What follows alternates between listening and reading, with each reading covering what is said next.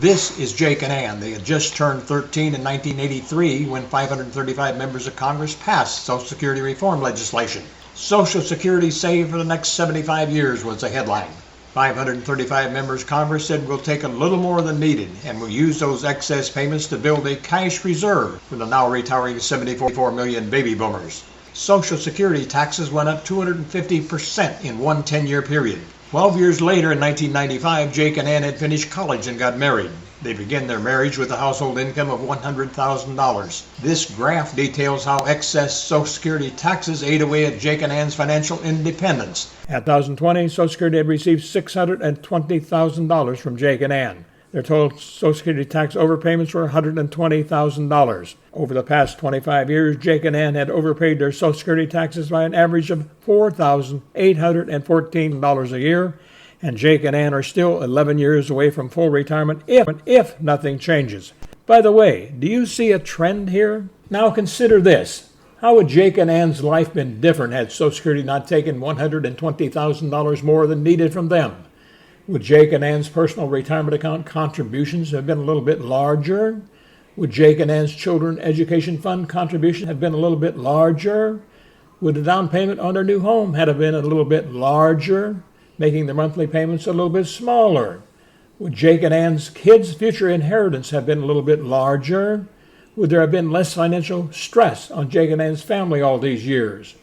What if all the Jake and Ann's living in their community hadn't had more than needed taken from them? Would the children of their community be looking forward to a family inheritance rather than inheriting a government debt? Would the whole damn country be a little bit better off had 535 members of Congress had not taken more than needed from the paychecks and retirement checks of their fellow Americans? And what did the Jake and Ann's get for living up to their end, overpaying their Social Security taxes all those years? Well, here's since deceased Senator Dr. Tom Coburn on the floor of the United States Senate, telling us how 535 members of Congress upheld their end of the deal. Congresses under both Republican and Democrat control have stolen money from Social Security and spent it. The problem is we spent the money. We didn't just take it, we took it and spent it. The money's gone. The money's gone. The money's gone. 535 members of Congress have spent $2.8 trillion Social Security tax dollar overpayments on something other than intended. Then replace the spent $2.8 trillion with a new $2.8 trillion debt their kids, grands, and greats will have to pay again, plus interest.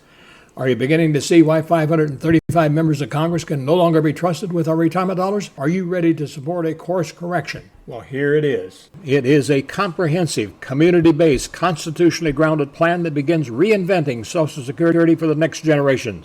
It is called the American Family and Community Rebuilding Act, or AFCRA for short.